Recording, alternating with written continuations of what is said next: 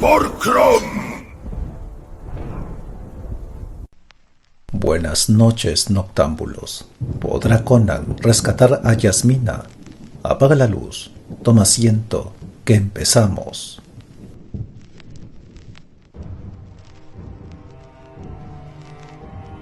Conan el Bárbaro, el pueblo del Círculo Negro, de Robert E. Howard. Cuarta y última parte. Capítulo 9. El castillo de los brujos. El sol se levantaba ya sobre los blancos picos de los montes Himelios. Un grupo de jinetes se detuvo al pie de una enorme pendiente y miró hacia arriba. Allí encima de ellos se veía una torre en la ladera de la montaña. Más arriba brillaban los muros de un edificio más grande, cerca de la línea donde la nieve comenzaba a cubrir la cima del Yincha. El paisaje parecía irreal. Las laderas de color púrpura subían hacia el fantástico castillo, y la blanca cima resplandeciente se recortaba contra el cielo azul. «Dejaremos los caballos aquí», dijo Conan con un gruñido. «Es más seguro subir esa traicionera ladera a pie. Además, estos animales están agotados». El cimerio bajó del caballo de un salto. El negro corcel se mantenía en pie con las patas delanteras separadas y la cabeza gacha. Habían cabalgado durante toda la noche y comieron lo poco que les quedaba en las alforjas. Solo se habían detenido para dar de comer a los animales los pocos restos de comida que les quedaban. «Esa primera torre es la de los acólitos de los adivinos negros», dijo Conan. «Al menos eso dice la gente. Perros de presa de sus amos, brujos menores. No dejarán de vigilarnos mientras escalamos esa colina». Kerincha miró hacia la montaña y luego en dirección al camino por el que habían venido. El turanio buscó en vano algún indicio o movimiento que denunciara la presencia de seres humanos en aquellos laberintos rocosos. Evidentemente, los Afgulis habían perdido el rastro de su jefe durante la noche. En marcha. Ataron los caballos e iniciaron el ascenso sin más comentarios. No había lugares donde ponerse a cubierto. La pendiente estaba sembrada de rocas que no eran suficientemente grandes como para ocultar a un hombre, pero aún así servían en cierto modo de protección. El grupo aún no había dado 50 pasos cuando una silueta que gruñía furiosa saltó desde una roca. Era uno de los delgados perros salvajes que infestaban las aldeas de la montaña. El animal tenía los ojos rojos y las mandíbulas llenas de espuma. Conan avanzaba delante del grupo, pero el animal no lo atacó. Pasó a su lado velozmente y se abalanzó sobre Kerincha. El turanio lo esquivó y el perro cayó sobre el Iraxai que venía detrás de él. El hombre gritó y levantó un brazo, que de inmediato fue destrozado por los colmillos de la fiera. En una décima de segundo, una docena de espadas curvas mataron a la bestia. Sin embargo, hasta que no estuvo completamente destrozado, el espantoso animal no dejó de morder y desgarrar a los hombres. Kerincha vendó la herida del guerrero, lo miró fijamente durante un momento, y luego se dio media vuelta sin pronunciar una sola palabra. Luego se acercó a Conan y ambos hombres reanudaron el ascenso en silencio. Al cabo de un rato, Kerinchan dijo: «Resulta extraño encontrar a un perro de aldea en este lugar». «Por aquí no hay desperdicios de ninguna clase», dijo Conan con un gruñido. Ambos volvieron la cabeza para mirar hacia el guerrero herido, que avanzaba tras ellos, junto a sus camaradas. El sudor le perlaba el oscuro rostro, en el que se dibujaba una mueca de dolor. Luego los dos hombres miraron en dirección a la torre de piedra, que se alzaba por encima de ellos. Una extraña quietud reinaba en las alturas. Ni la torre ni el extraño edificio en forma de pirámide que había más arriba mostraban señales de vida, pero los hombres subían como si estuvieran caminando sobre el borde de un precipicio. Se encontraban a un tiro de flecha de la torre cuando algo cayó repentinamente del cielo. Pasó tan cerca de Conan que éste sintió el viento que producían sus enormes alas, Pero fue un Irakzai quien se tambaleó y cayó con la yugular rajada. Un halcón con alas que parecían barnizadas en acero pasó con el pico ganchudo lleno de sangre, al tiempo que Kerin Shah le lanzaba una flecha. El pájaro cayó en picado, pero nadie vio dónde. Conan se inclinó sobre el guerrero herido por el pájaro, pero el hombre ya estaba muerto. Nadie dijo nada. Era inútil decir que jamás se había visto que un halcón matara a un hombre. La cólera comenzó a despertar en el alma salvaje de los fatalistas Irakzai. Unos dedos peludos se crisparon sobre los arcos, y los hombres miraron con ansias de venganza hacia la torre cuyo silencio les inquietaba. Pero el siguiente ataque llegó muy rápidamente. Todos lo vieron. Era una blanca nube de humo de forma redonda, que osciló sobre la torre, y luego rodó pendiente abajo, en dirección a ellos. Otras bolas de humo siguieron a la primera. Parecían simples e inofensivos globos de espuma, pero Conan se apartó a un lado para evitar el contacto con la primera. Detrás de él, un Irakzai dio un salto hacia adelante y hundió su espada en la extraña bola. Inmediatamente una explosión sacudió la montaña. Se produjo una llama secadora y la bola desapareció, pero del curioso guerrero solo quedó un montón de huesos calcinados. Su crispada mano todavía aferraba a la empuñadura de la espada, pero la hoja de acero había desaparecido, se había fundido, destruida por aquel terrible calor. Sin embargo, los hombres que estaban al lado de la víctima no habían sufrido ninguna herida, excepto la ceguera momentánea, producida por el repentino brillo de la explosión. «El acero les hace estallar», gritó Conan. «Cuidado, ahí vienen». La pendiente que había encima de ellos estaba cubierta casi por completo de esferas rodantes. Kerin Shah tensó su arco y lanzó una flecha hacia la masa, que explotó en llamas. Los hombres siguieron su ejemplo, y durante los minutos siguientes fue como si una tormenta inundara la aldea de la montaña, llenándola de rayos y de llamas. Cuando todo cesó, quedaban pocas flechas en las aljabas de los guerreros. Siguieron ascendiendo por el terreno calcinado y ennegrecido. En algunos puntos la roca se había convertido en lava a causa de la explosión de aquellas bombas diabólicas. Se hallaban a un tiro de flecha de la silenciosa torre y se desplegaron en línea, con los nervios en tensión, preparados para hacer frente a cualquier horror que descendiera sobre ellos. En la torre apareció una figura con un cuerno de bronce de 3 metros de largo. Su estridente bramido resonó en las montañas con 1000 ecos, como si se tratara de las trompetas del juicio final. Inmediatamente fue contestado desde la misma tierra. El terreno tembló bajo los pies de los invasores, y desde las profundidades subterráneas surgieron sonidos extraños. Los Irakzais gritaron retrocediendo como borrachos sobre la abrupta ladera, y Conan, con los ojos centelleantes, corrió delante, cuchillo en mano, y fue directamente hacia la puerta que había en el muro de la torre. Por encima de él se oyó una vez más el enorme cuerno, que sonó como una burla cruel. Kerin Shah tensó el arco y lanzó una flecha. Solo un turanio era capaz de efectuar un disparo así. El rugido del cuerno cesó inmediatamente, y en su lugar se oyó un prolongado grito de dolor. La figura vestida de verde que estaba en la torre se tambaleó aferrando el largo dardo que sobresalía de su pecho, y acto seguido cayó del otro lado del parapeto. El enorme cuerno se quedó colgando del bordillo, y otra figura vestida de verde corrió para recogerlo, gritando con horror. El turanio lanzó otra flecha y se oyó un aullido de muerte. Al caer el segundo acólito, empujó el cuerno con el codo y el largo instrumento se estrelló contra las rocas que había más abajo. Conan había recorrido la distancia que lo separaba de la torre a tal velocidad que, mucho antes de que se apagaran los ecos de la caída del cuerno, ya estaba intentando derribar la puerta. Advertido por su instinto salvaje, retrocedió súbitamente en el preciso instante en que caía desde arriba una enorme cantidad de plomo derretido. Pero un segundo después volvió a atacar los paneles con renovada furia.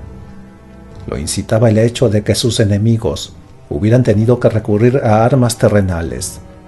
La brujería de los acólitos era limitada. Sus recursos mágicos tenían que agotarse en cualquier momento.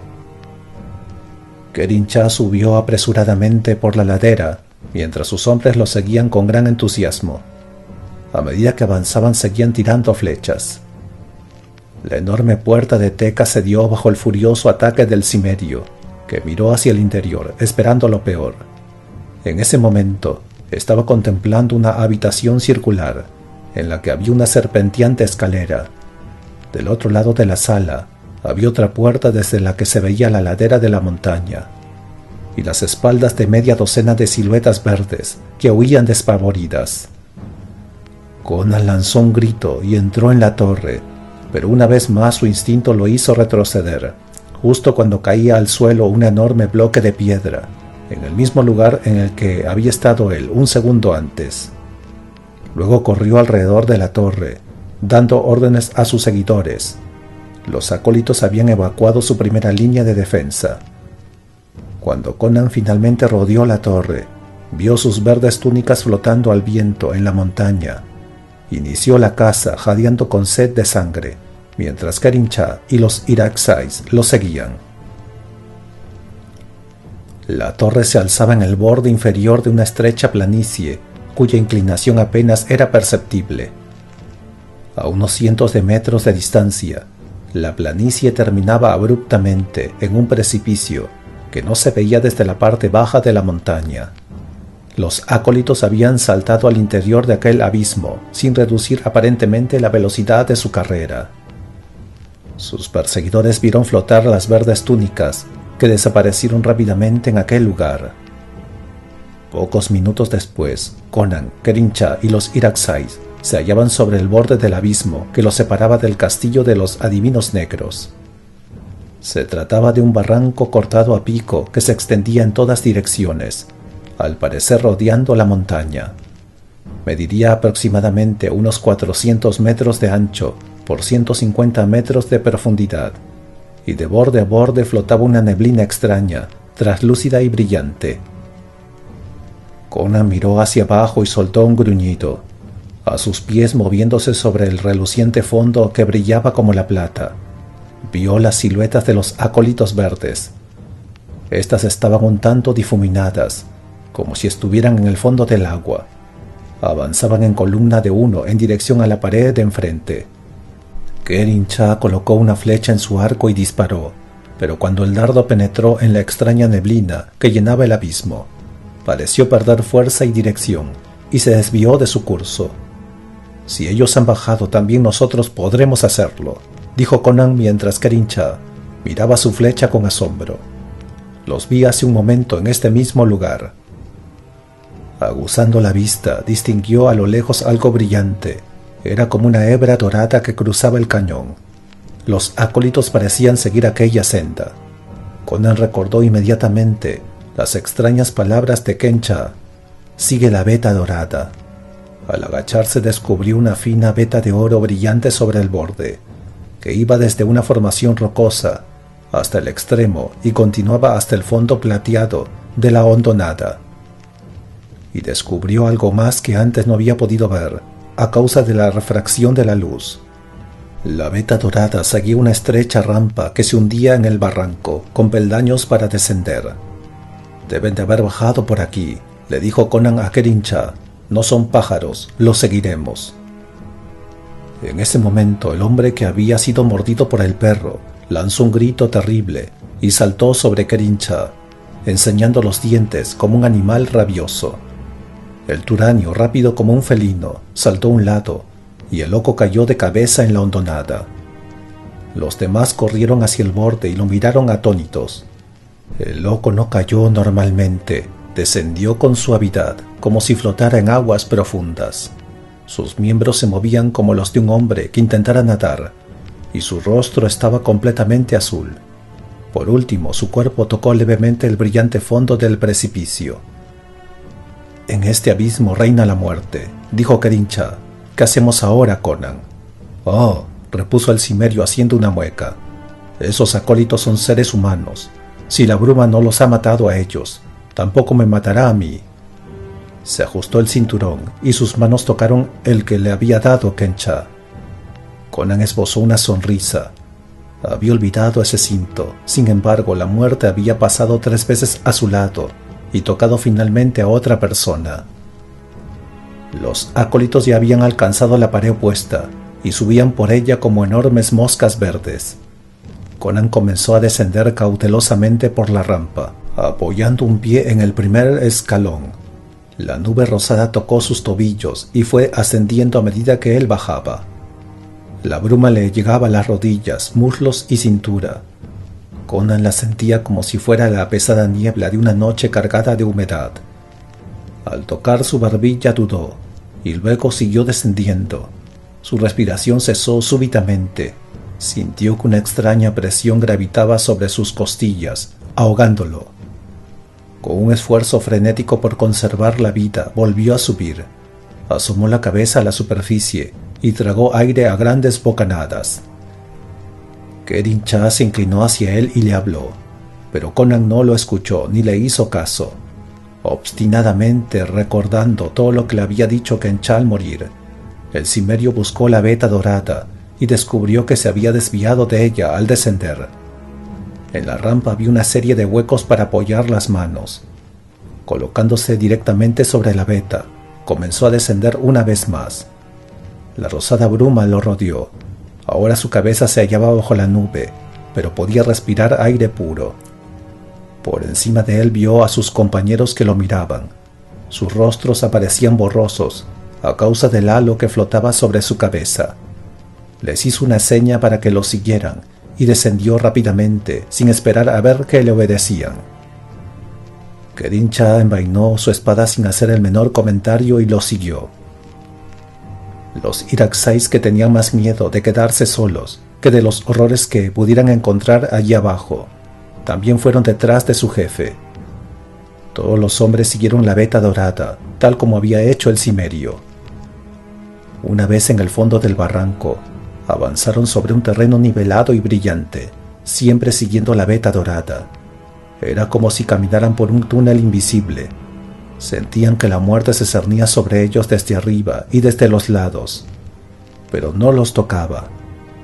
La veta dorada ascendía por una rampa similar que había en la pared por la que habían desaparecido los acólitos, y acto seguido Conan y su grupo los siguieron con todos los nervios en tensión, sin saber qué les esperaba entre los salientes rocosos que marcaban el borde del precipicio. Allí los esperaban los acólitos vestidos de verde, con cuchillos en las manos. Tal vez habían alcanzado los límites a los cuales podían retirarse. Quizá el cinto estigio que rodeaba la cintura de Conan fuera la causa de que la magia de aquellas gentes hubiera fracasado tan estrepitosamente. O tal vez fuera también el conocimiento de una muerte imposible lo que los había hecho saltar desde las rocas, con los ojos brillantes y los cuchillos en la mano, recurriendo en su desesperación a armas materiales. Allí entre los colmillos rocosos del borde del precipicio no se libraba una lucha contra la magia. Era una batalla de acero, en la cual ésta hería y se derramaba sangre de verdad. Un Irakzai murió desangrado entre las rocas, pero todos los acólitos cayeron, decapitados o con las entrañas al aire, al suelo plateado que brillaba a sus pies. Entonces los conquistadores se sacudieron la sangre y el sudor que les cubrían los ojos y se miraron unos a otros. Conan y Kerin-Shah se mantenían en pie junto con 4 Irakzais. Estaban entre las rocas que formaban el cerrado borde del precipicio, y desde allí partía un sendero en suave declive hacia una ancha escalera formada por media docena de escalones, situada a 30 metros de distancia y fabricada con un extraño material de color verde jade. Los escalones, a su vez, conducían a una especie de galería sin techo, construida con la piedra misma, y sobre esta galería se alzaba el castillo de los adivinos negros. Parecía estar tallado en la misma roca de la montaña. La arquitectura era impecable, pero carecía de adornos. Sus ventanas enrejadas estaban cubiertas por cortinas desde dentro. Allí no había la menor señal de vida. Ascendieron cautelosamente por el sendero, como si estuvieran pisando la guarida de una serpiente. Los Irakzais iban en silencio, convencidos de que se encaminaban a una muerte segura. Incluso Kerim Shah mantenía un absoluto mutismo. Solo Conan no parecía advertir que aquella invasión significaba una monstruosa violación de todas las tradiciones de ese lugar sagrado. Él no era oriental y pertenecía a una estirpe que luchaba contra diablos y hechiceros, con la misma furia que contra enemigos humanos. Conan subió rápidamente las brillantes escaleras, atravesó la galería y se dirigió directamente hacia la enorme puerta de teca con herrajes dorados que tenía delante. Echó una rápida mirada a la pirámide que se alzaba por encima de él. Luego extendió una mano, la apoyó sobre la manilla de bronce de la puerta y se detuvo sonriendo diabólicamente. La manilla tenía la forma de una serpiente con la cabeza levantada sobre un cuello arqueado. Conan sospechó que aquella cabeza de metal podría cobrar vida en cuanto entrara en contacto con su mano. La golpeó una sola vez y el ruido metálico que produjo al caer al suelo brillante no hizo disminuir sus precauciones. La apartó a un lado con la punta de su largo cuchillo y se volvió nuevamente hacia la puerta. En la torre reinaba un silencio absoluto. Las laderas de la montaña se perdían en la bruma purpúrea y a lo lejos se veía un buitre que parecía estar suspendido en el azul del cielo. Los hombres que habían ante la puerta parecían pequeñas manchas negras sobre el fondo verde de la galería de jade. El helado viento les azotaba el rostro. El cuchillo de Conan despertó ecos dormidos al golpear los paneles de teca. Golpeó una y otra vez, astillando la pulida madera y arrancando las bandas de metal. A través de la destrozada madera miró hacia el interior, alerta y cauteloso como un lobo. Vio una amplia habitación con pulidos muros de piedra sin tapices y un suelo de mosaico sin alfombras. El mobiliario consistía en unas sillas de ébano y una enorme tarima de piedra. No había nadie en la habitación. Al fondo de la sala se veía otra puerta.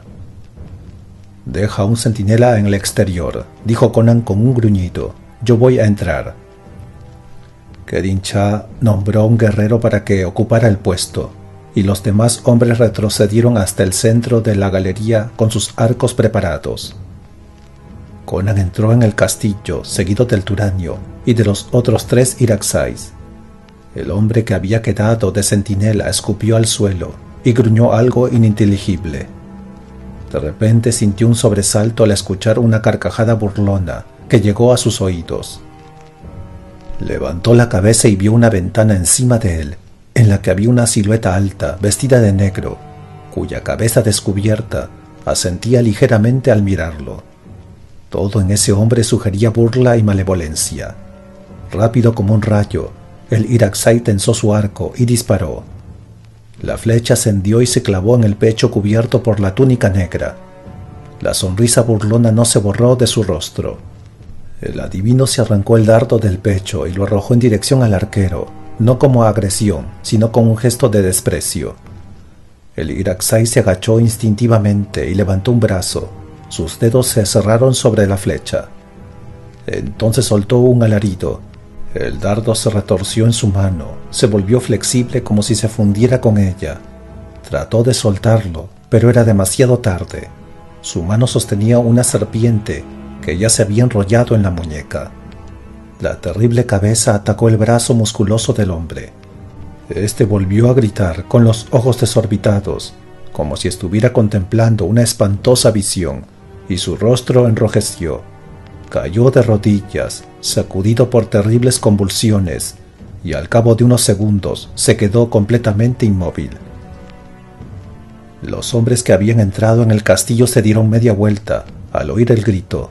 Conan se dirigió hacia la puerta y luego se detuvo en seco. Aunque no podía ver nada, sintió como si ante él hubiera un duro cristal colocado en el mismo umbral de la puerta. Entonces vio al Irakzai tendido en el suelo, con una flecha clavada en el brazo. El cimerio levantó su cuchillo y atacó. Los demás hombres se quedaron atónitos al ver que daba golpes en el aire. al tiempo que su hoja sonaba contra una sustancia dura. Conan no desperdició más esfuerzos. Sabía que ni siquiera la legendaria espada curva de Amir Kurun hubiera podido destrozar aquella cortina invisible. Le explicó en pocas palabras al Turanio lo que sucedía, y Kerin Shah se encogió de hombros, diciendo: «Bien, si tenemos la salida bloqueada, debemos encontrar otra. Mientras tanto, nuestro objetivo está por delante, ¿no es así?». El cimerio gruñó algo y cruzó la habitación dirigiéndose hacia la otra puerta, con la sensación de estar caminando hacia el umbral de la muerte. Al levantar su cuchillo para destrozar la puerta, ésta se abrió silenciosamente, como si lo hiciera por sí sola. Entró en un enorme salón flanqueado por altas y brillantes columnas. A unos 30 metros de distancia de la puerta estaban los anchos escalones de color verde jade de una escalera que parecía el lado de una pirámide. Pero entre él y el comienzo de la escalera había un curioso altar brillante de color negro. 4 enormes serpientes doradas enroscaban sus colas alrededor del altar, con las cabezas en el aire orientadas hacia los 4 puntos cardinales, como si fueran guardianes de un fabuloso tesoro. Pero en el altar, entre los curvados cuellos de los animales, solamente había un globo de cristal, lleno de una extraña sustancia que parecía humo, en la que flotaban 4 granadas doradas. Al ver aquello, Conan recordó algo. Luego se detuvo, porque en los escalones inferiores vio 4 figuras vestidas de negro. No los había visto venir. Eran altos y enjutos, y sus cabezas de buitre se movían al unísono. Uno de ellos levantó su brazo derecho, y la manga se deslizó dejando al descubierto la mano, pero no era una mano. Conan se detuvo pese a su deseo de seguir adelante. Acababa de tropezar contra una fuerza muy diferente de la magia de Kencha, y no podía dar un solo paso, aunque comprobó que si lo deseaba, podía retroceder. Sus compañeros también se detuvieron, y parecían aún más desamparados que él, incapaces de moverse en dirección alguna. El adivino que había levantado el brazo hizo una seña a uno de los Irakzai, y el hombre avanzó hacia él como en trance, con los ojos fijos y sosteniendo débilmente la espada en la mano. Al pasar junto a Conan, este extendió un brazo y le tocó el pecho para impedir que avanzara más.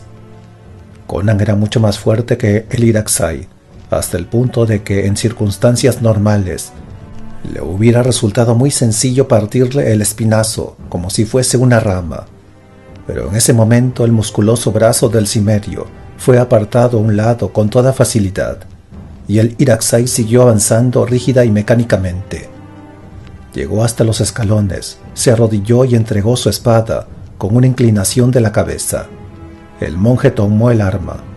La hoja brilló como un relámpago. Un segundo después, la cabeza del Irakzai cayó al suelo de mármol en medio de un charco de sangre.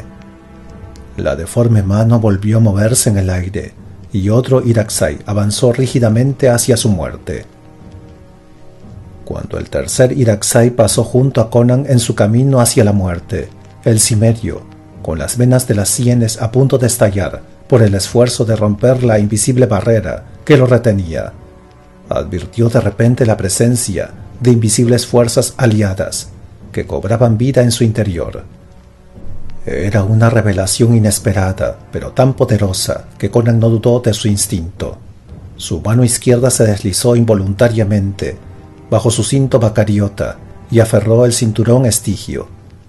Al hacerlo, sintió que una nueva fuerza invadía todo su cuerpo. El ansia de vivir latía intensamente en él, acompañada de una cólera sin precedentes. El tercer Irakzai ya se había convertido en un cadáver decapitado, y el dedo del hombre vestido de negro se levantaba una vez más cuando Conan sintió que se rompía la barrera invisible. Un grito involuntario y feroz surgió de sus labios al saltar hacia adelante con furia. Su mano izquierda asió el cinturón del brujo de la misma manera que un hombre se aferra a un madero para no ahogarse. En su mano derecha brilló la hoja de acero del largo cuchillo. Los hombres que estaban en los escalones no se movieron. Contemplaban el espectáculo con una expresión cínica. Si sentían alguna sorpresa, no la exteriorizaban en absoluto. En ese momento, Conan no se permitió el lujo de pensar en lo que podría suceder si se pusiera al alcance de sus cuchillos. La sangre latía en sus sienes y una nube de color carmesí le oscurecía la vista. Sentía unas ansias terribles de matar, de hundir su cuchillo en la carne y en los huesos de sus enemigos. Unos pasos más y llegaría a los escalones en los que se hallaban de pie aquellos demonios. Respiró profundamente y su furia aumentó, al igual que la velocidad de su ataque. Ya estaba a punto de pasar junto al altar de las serpientes doradas, cuando súbitamente cobraron vida en su cerebro las palabras pronunciadas por Kencha: «Rompe la bola de cristal». Su reacción fue casi involuntaria. La ejecución siguió el impulso de modo tan espontáneo que el mago más grande de la época no habría tenido tiempo de leer sus pensamientos o de evitar su acción. Giró sobre sus talones como un felino y dejó caer su cuchillo sobre el cristal.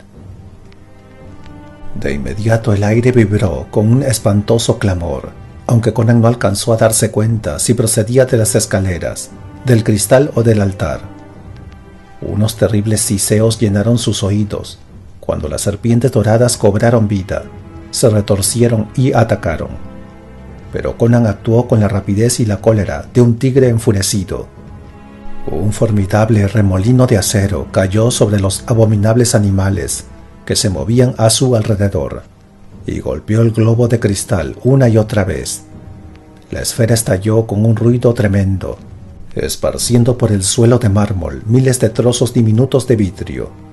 Al mismo tiempo, las granadas doradas, como liberadas de su cautiverio, se elevaron hacia el cielo raso y desaparecieron. En el enorme salón se oyeron alaridos bestiales. Sobre los escalones se retorcían 4 figuras vestidas de negro, sacudidas por espantosas convulsiones, y una asquerosa espuma colgaba de sus pálidas bocas. Entonces, con un formidable crescendo de aullidos humanos, las figuras se fueron inmovilizando hasta exhalar un último estertor. Estaban muertos. Conan miró hacia el altar y vio trozos de cristal. 4 serpientes doradas sin cabeza se hallaban junto a aquel, pero en el brillante metal ya no había vida. Kerin-Shah se incorporó lentamente. Una fuerza invisible lo había arrojado al suelo. Movió la cabeza para aclarar sus ideas. «¿Has oído ese ruido cuando se rompió el cristal?», preguntó. Fue como si hubieran estallado 1000 paneles de vidrio en todo el castillo. Serían las almas de los brujos las que estaban aprisionadas dentro de esas bolas doradas. ¡Cuidado! Conan se dio la vuelta rápidamente y Kerin-Shah desenvainó su espada. Otra figura se hallaba de pie en la parte alta de la escalera. Su túnica también era negra, pero de terciopelo lujosamente dorado, y llevaba un gorro del mismo material. Su rostro expresaba una gran calma, y no era del todo desagradable. «¿Quién diablos eres?», preguntó Conan mirándolo, con el cuchillo en la mano. «Soy el maestro de Kerin-Shah». La voz del hombre sonaba como la campana de un templo, aun cuando en ella se percibía cierto tono de crueldad. «¿Dónde está Yasmina?», quiso saber Kerin-Shah. El maestro se echó a reír mirándolo fijamente a la cara. «¿Y a ti qué te importa, cadáver? ¿Acaso has olvidado ya mi fuerza, la que una vez te enseñé, que vienes a mí armado, pobre estúpido? Creo que te arrancaré el corazón, Kerin-Shah». Extendió su mano como para recibir algo, y el turanio profirió un grito agudo, como el de un hombre agonizando. Retrocedió tambaleándose como un borracho, y su corazón, rasgando su pecho, fue a parar a la mano extendida del maestro, como si fuera un trozo de hierro deslizándose hacia un imán. El turanio cayó al suelo, donde permaneció inmóvil, y el maestro se echó a reír, arrojando el corazón a los pies del cimerio. Conan soltó un rugido y una maldición, y avanzó en dirección a la escalera. El cinturón de Kemsa le daba fuerza, y se sentía invadido por un odio mortal hacia aquella terrible emanación que se enfrentaba a él. El aire se llenó de una bruma cerada, a la que Conan se arrojó de cabeza, con el brazo izquierdo protegiéndole el rostro y empuñando el formidable cuchillo en la mano derecha. Sus ojos medio ciegos miraron por encima de su codo y vio la odiada figura del adivino. La silueta de aquella negra figura se movía delante de él, como si se tratara de un reflejo sobre aguas agitadas. Se sentía vapuleado y torturado por fuerzas que escapaban a su comprensión, pero a pesar del poder del brujo y de su propio dolor, se sentía impulsado hacia adelante por una fuerza inexorable. Ya había alcanzado la parte superior de las escaleras, y el rostro del maestro seguía flotando sobre la oscura bruma que había delante de sus ojos.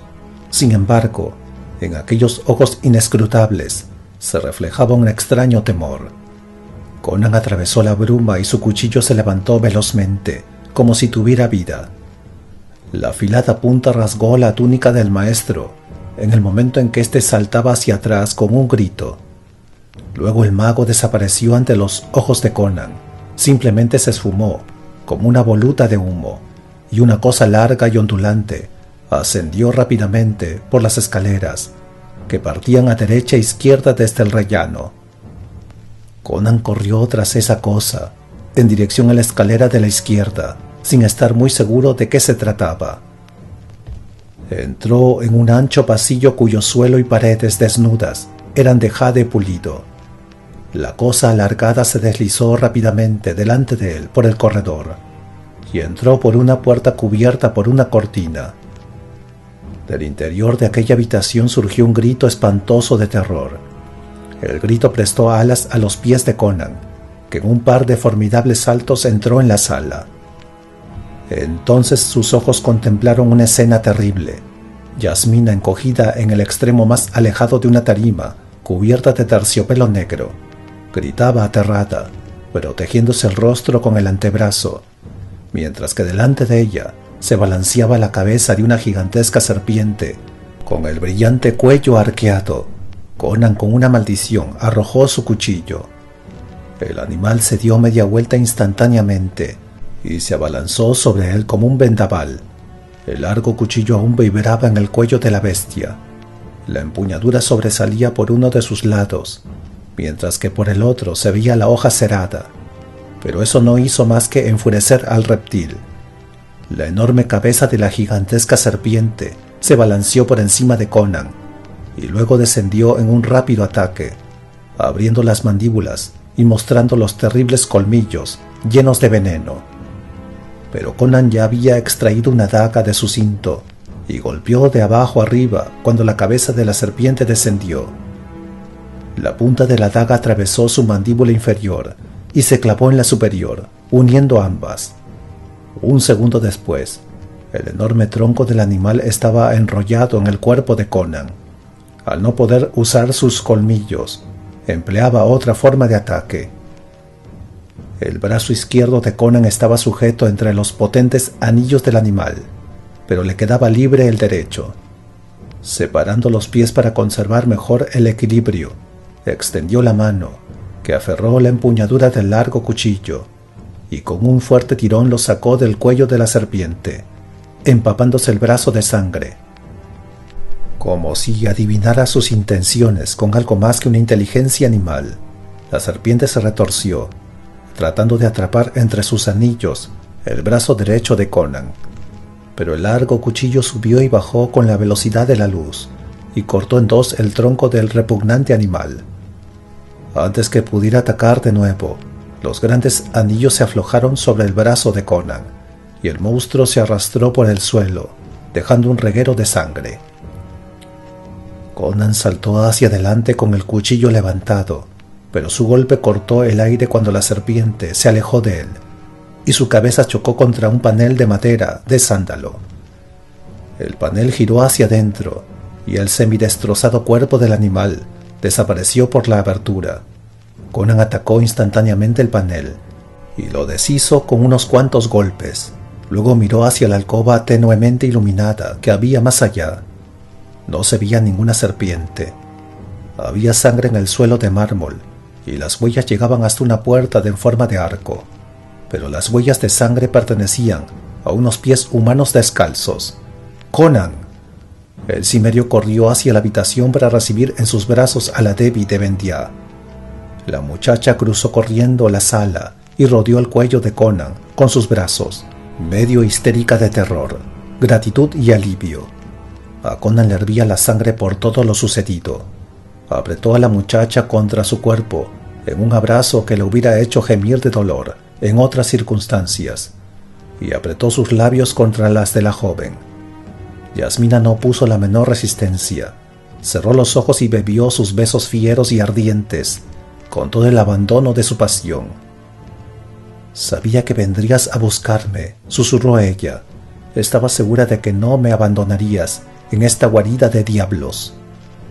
Ante las palabras de la muchacha, Conan pareció recordar súbitamente todo lo que lo rodeaba. Levantó la cabeza y escuchó con atención. Un silencio amenazador reinaba en el castillo de Jincha. Se sentía un peligro invisible, agazapado, en todos los rincones. «Será mejor que nos vayamos de aquí mientras podamos hacerlo», dijo Conan. Esas heridas habrían sido más que suficientes para matar a una bestia corriente o a un hombre, pero los brujos tienen una docena de vidas. Hieres a uno de ellos e inmediatamente se aleja como una serpiente para obtener veneno fresco de alguna fuente mágica. Cogió a la joven en brazos como si fuera una niña, salió al corredor de jade brillante y bajó las escaleras con todos los nervios en tensión, alerta ante cualquier sonido o señal. «Me encontré con el maestro», murmuró la joven, temblando y apretando más el cuello del cimerio con sus brazos. «Trató de doblegar mi voluntad, empleando su magia, pero lo más terrible fue un cuerpo monstruoso que me tomó entre sus brazos. Entonces me desmayé y estuve mucho tiempo como muerta.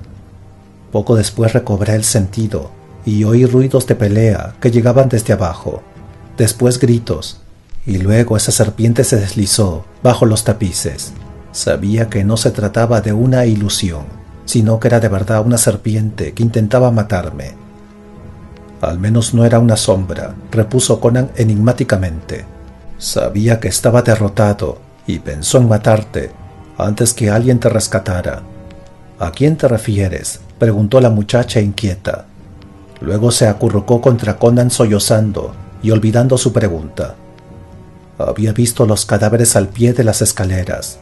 No resultaba nada agradable ver los cuerpos muertos de los adivinos, retorcidos con los pies y manos al descubierto. Constituían un espectáculo verdaderamente repugnante. Yasmina se puso lívida y ocultó su rostro en el poderoso hombro de Conan. Capítulo 10. Yasmina y Conan. Conan atravesó rápidamente el vestíbulo y la habitación exterior y se acercó a la puerta que daba a la galería. Entonces vio el suelo sembrado de diminutos trozos de vidrio. El panel de cristal que cubría el umbral se había hecho pedazos, y recordó el fuerte ruido que había acompañado al estallido del globo de cristal. Conan pensó que todas las piezas de vidrio que había en el castillo se habrían roto, y el instinto le sugirió la verdad de la monstruosa relación entre los señores del Círculo Negro y las granadas doradas. Sintió que se le erizaba el cabello y trató de no pensar más en el asunto. Respiró profundamente aliviado cuando salió a la galería de jade verde. Todavía tenía que cruzar la garganta del desfiladero, pero al menos veía brillar los picos de la montaña bajo el sol y las laderas de la colina, que se perdían a lo lejos entre las azuladas brumas. Los Irakzais yacían en el suelo en el mismo lugar en el que habían caído, formando un desagradable montón de cadáveres sobre la pulida superficie.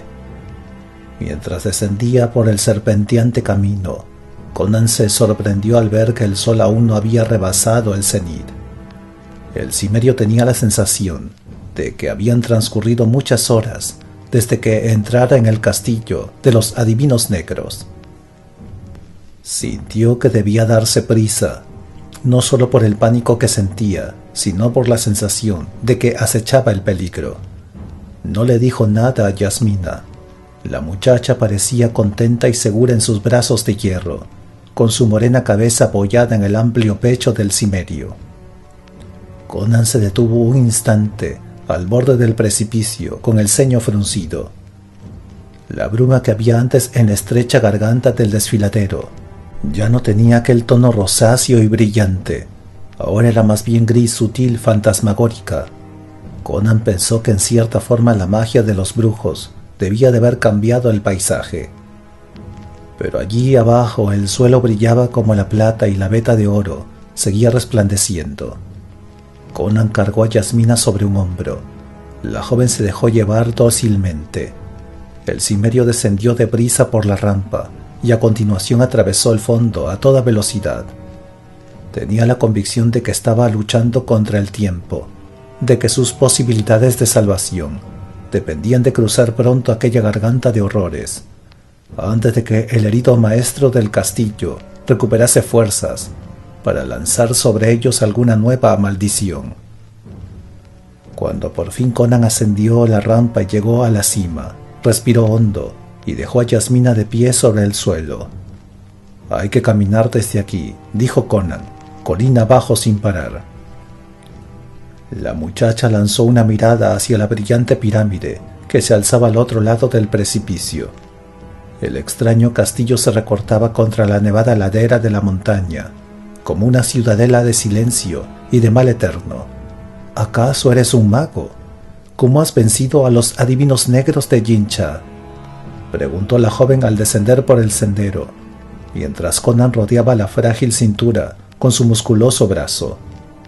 «Fue el cinto que me entregó Kemsa antes de morir», repuso Conan.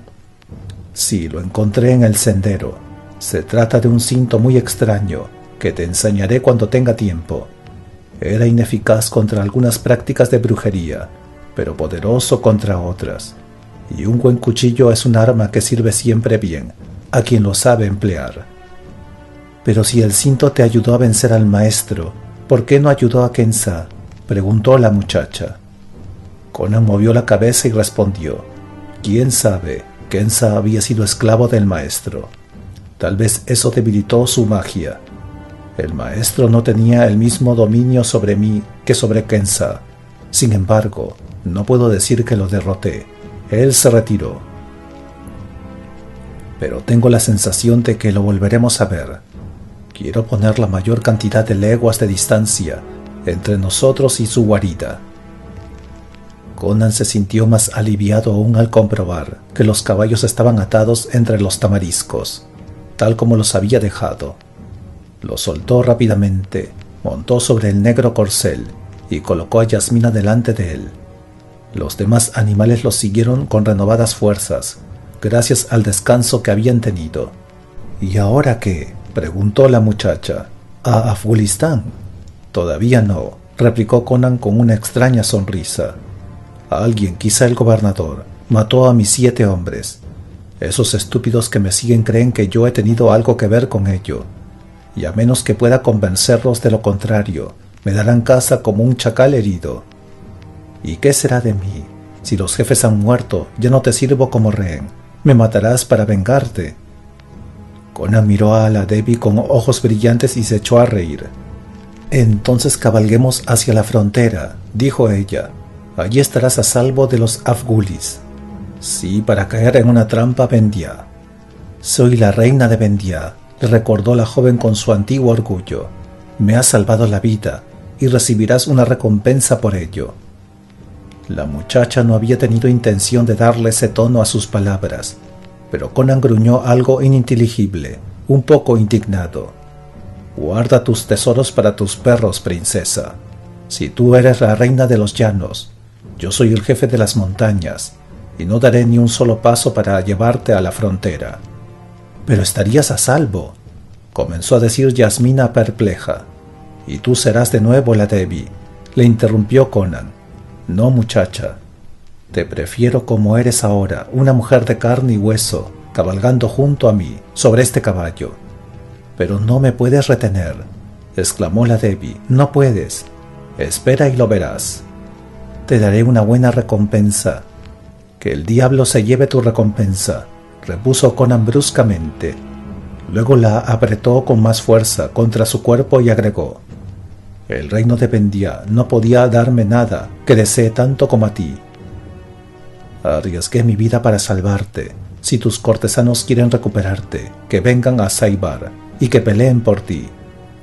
Pero ahora no tienes partidarios, protestó la joven. Te persiguen. ¿Cómo puedes defender tu vida? Y mucho menos la mía. Todavía tengo amigos en las montañas, repuso. Hay un jefe Kurasai que te cuidará mientras yo discuto con los Afghulis. Si no quieren saber nada de mí, por Kron cabalgaré hacia el norte contigo, hasta las estepas de los cosacos. Fui jefe de los compañeros libres antes de venir al sur. Te haré reina del río Zaporoska. Pero no puedo, protestó la muchacha. No debes retenerme.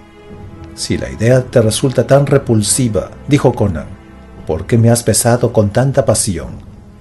Una reina también es un ser humano, repuso Yasmina ruborizándose. Pero mi obligación es pensar en mi reino. Ven a Bendia conmigo. ¿Me harías tu rey?, preguntó Conan irónicamente. Bueno, hay costumbres, tartamudeó la muchacha. Conan soltó una sonora carcajada. Sí, costumbres civilizadas, que no te permitirían hacer lo que desees. Te casarás con algún rey decrépito de las llanuras, y yo tendría que seguir mi camino con el recuerdo de algunos besos robados a tus labios. No, debo regresar a mi reino, repitió la joven. ¿Para qué?, preguntó Conan furioso. Para apoyar las nalgas sobre tronos de oro y escuchar los aplausos de unos estúpidos vestidos de terciopelo. ¿Para qué? Escucha. Yo nací en las montañas cimerias, donde todos son bárbaros.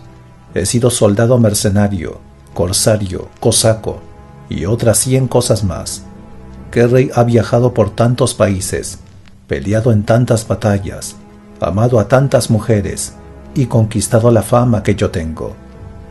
Conan hizo una pausa y luego agregó: he venido a Gulistan para conseguir hombres y conquistar los reinos del sur, entre ellos el tuyo.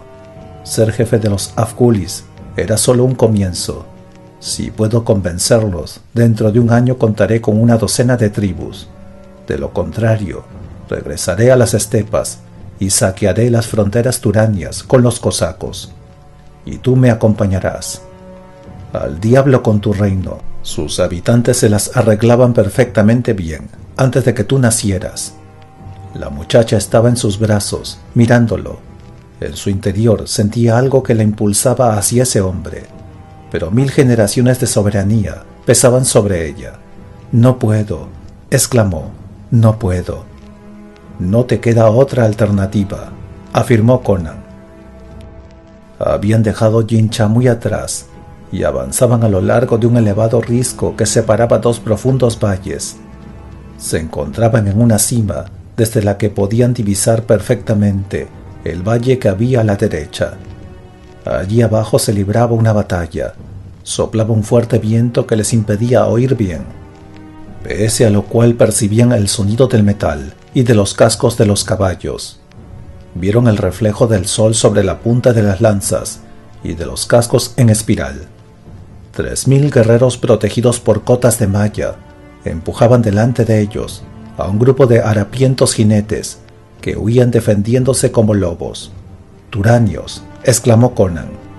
«Escuadrones de Secunderán, ¿qué diablos están haciendo aquí?» «¿Quiénes son los hombres a los que persiguen?», preguntó Yasmina. «¿Y por qué retroceden? No pueden enfrentarse a una caballería tan organizada». 500 de mis estúpidos Afghulis, gruñó Conan mirando hacia el valle. «Están en una trampa y lo saben». El valle, evidentemente, era un callejón sin salida. Se estrechaba formando una garganta de altos muros y se abría después en un redondo cuenco sin salida, flanqueado por paredes imposibles de escalar.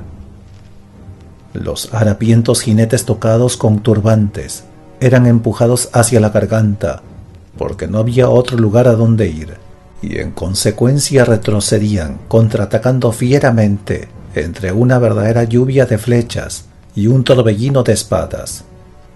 Los jinetes con cascos los atacaban, pero sin demasiada fuerza. Conocían la furia desesperada de las tribus de las montañas y sabían también que tenían a su presa cogida en una trampa de la que era imposible escapar. Se habían dado cuenta de que los montañeses eran afgulis y deseaban capturarlos vivos, hacer que se rindieran, pues necesitaban rehenes para conseguir sus objetivos. Su emir era un hombre de decisión e iniciativa. Cuando llegó al valle de Gurashaf y vio que no lo esperaban guías ni emisarios, siguió avanzando, confiado en sus propios conocimientos del terreno. Durante el camino desde Secunderán se habían entablado luchas, y algunas tribus se lamían sus heridas en las aldeas de las montañas. Sabían que existía la posibilidad de que ni él ni sus hombres volvieran jamás a Secunderán, ya que en ese momento las tribus de las montañas los perseguirían, pero estaba firmemente decidido a cumplir las órdenes que había recibido.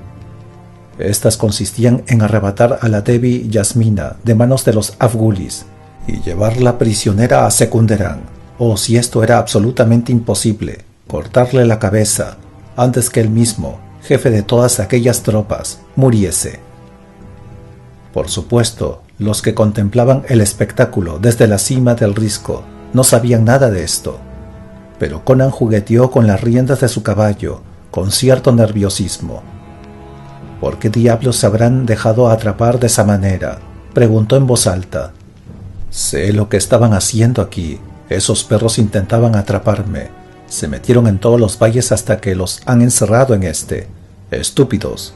Por el momento aguantan en esa garganta, pero no podrán hacerlo por mucho tiempo. Cuando los turanios los hagan entrar en ese callejón sin salida, no quedará un solo afguli vivo. El fragor de la batalla aumentó de intensidad. En la boca de la estrecha garganta los afgulis resistían desesperadamente contra los armados y protegidos turanios, que no se decidían a lanzarse contra ellos con todas sus fuerzas. Conan frunció el ceño, se movió inquieto acariciando la empuñadura de su cuchillo y dijo: Devi, tengo que bajar junto a esos hombres. Encontraré un lugar para que te escondas hasta que regrese. Hablaste de tu reino. Bien, no pretendo cuidar de esos diablos peludos, como si fueran mis hijos. Pero después de todo son mis hombres. Un jefe jamás debe abandonar a sus seguidores, aun cuando ellos hayan desertado primero. Creen que tuvieron razón al expulsarme. Diablos, no lo permitiré. Todavía soy el jefe de los afgulis, y lo demostraré. Puedo bajar a pie hasta la garganta. ¿Y qué será de mí?, se quejó la joven. Me apartaste a la fuerza de mi pueblo, y ahora me dejas morir sola en las montañas, mientras tú bajas ahí para sacrificarte inútilmente. Las venas de Conan estaban a punto de estallar por el conflicto de sus emociones. Es cierto, murmuró el cimerio. Crón sabe lo que yo puedo hacer. La muchacha volvió la cabeza ligeramente, con una extraña expresión en su bello rostro, y luego dijo: Escucha, escucha. Hasta los oídos de ambos llegó un fuerte sonido de trompetas. Miraron hacia el profundo valle de la izquierda, y en su extremo más alejado distinguieron el brillo del acero. Una larga línea de lanzas y de pulidos cascos avanzaba por el valle, brillando bajo la luz del sol. Los jinetes de Bendia, exclamó la joven contenta. Son miles, dijo Conan. Hace mucho, mucho tiempo que un chatrilla no ha entrado en esas montañas. Me están buscando. Dame tu caballo. Me uniré a mis guerreros. Este risco no es tan abrupto en la ladera izquierda y puedo llegar con facilidad al fondo del valle. Tú puedes ir con tus hombres y hacer que resistan un poco más, y yo conduciré a mis jinetes hasta el valle por el otro extremo, para atacar a los turanios. Los aplastaremos en un abrir y cerrar de ojos. Rápido, Conan. ¿Serías capaz de sacrificar a tus hombres en aras de tus deseos? La ardiente pasión de las estepas y de los densos bosques brilló en los ojos del hombre, pero negó violentamente con la cabeza, al tiempo que desmontaba y entregaba las riendas del caballo a la joven. Tú ganas, corre como el mismísimo diablo.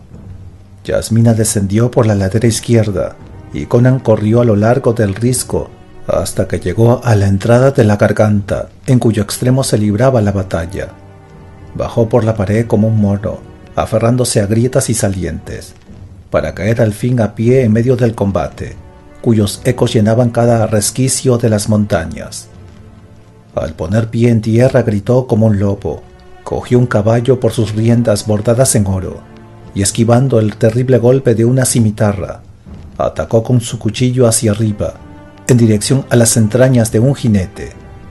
Un segundo después se encontraba sobre la silla del caballo, impartiendo órdenes a los afghulis. Por un momento, todos lo miraron estúpidamente.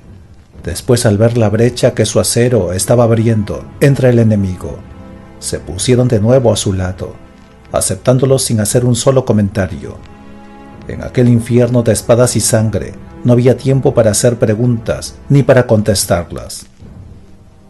Los jinetes con sus cascos y sus cotas de malla bordadas en oro se apiñaban en la entrada de la garganta. El desfiladero estaba abarrotado de caballos y de hombres, y los guerreros luchaban a brazo partido, atacando mortalmente cuando había tiempo suficiente para emplear las espadas. Cuando un hombre caía, ya no podía levantarse porque lo pisoteaban los cascos de los caballos. La importancia de la fuerza era decisiva, y el jefe de los afghulis realizaba la labor de 10. En momentos como ese, la costumbre une a los hombres, y los guerreros que estaban habituados a ver a Conan en la vanguardia redoblaron sus esfuerzos, a pesar de seguir desconfiando de él. Pero también contaba el número. La presión de los hombres de retaguardia hizo que los jinetes turanios penetraran más y más en la garganta. Poco a poco los afghulis fueron retrocediendo, dejando el suelo del desfiladero cubierto de cadáveres. Mientras su cuchillo hacía estragos, Conan no dejaba de pensar y de preguntarse si Yasmina cumpliría su promesa. Si se unía a sus guerreros y giraba hacia el sur, él y sus afghulis serían aniquilados. Pero finalmente, cuando los minutos de batalla transcurridos parecían siglos, se escuchó otro clamor fuera del valle, que se alzó por encima del choque del acero y de los gritos de dolor. Y entonces, con un sonido de trompetas que hizo temblar los muros de piedra, 5000 jinetes de Bendia atacaron a las huestes de Secunderán. El repentino ataque dividió a los turanios, y al cabo de un rato los hombres se dispersaban por el valle, destrozados, y se produjo un choque caótico en el que se mezclaron la sangre, los gritos y el relinchar de los caballos. El emir cayó con el pecho atravesado por una lanza, y los jinetes de casco en espiral espoliaron furiosamente a sus caballos, buscando la manera de salir del valle entre los bendios. A medida que se dispersaban, los perseguidores seguían acosándolos, y ambos grupos llenaron el valle, las laderas de la montaña y las cimas de los riscos. Los afghulis que aún quedaban a caballo salieron de la garganta y se unieron a sus enemigos, aceptando la inesperada alianza, al igual que habían aceptado el regreso de su repudiado jefe. El sol se ocultaba ya detrás de los lejanos picos cuando Conan, con sus ropas destrozadas y la cota de malla manchada de sangre, caminó cuchillo en mano sobre el suelo lleno de cadáveres, hasta donde se encontraba Yasmina en su caballo, entre sus nobles, cerca de un profundo precipicio. «Has cumplido tu promesa, Devi», exclamó. «Por Kron, aunque pasé algunos malos momentos en esa garganta. ¡Cuidado!». En ese preciso momento, un gigantesco buitre descendió del cielo, batiendo sus alas, y derribó a varios hombres de sus caballos. El pico del ave en forma de cimitarra se dirigió hacia la garganta de la Devi, pero Conan fue más rápido. Echó una corta carrera, dio un salto de tigre y le clavó salvajemente el cuchillo.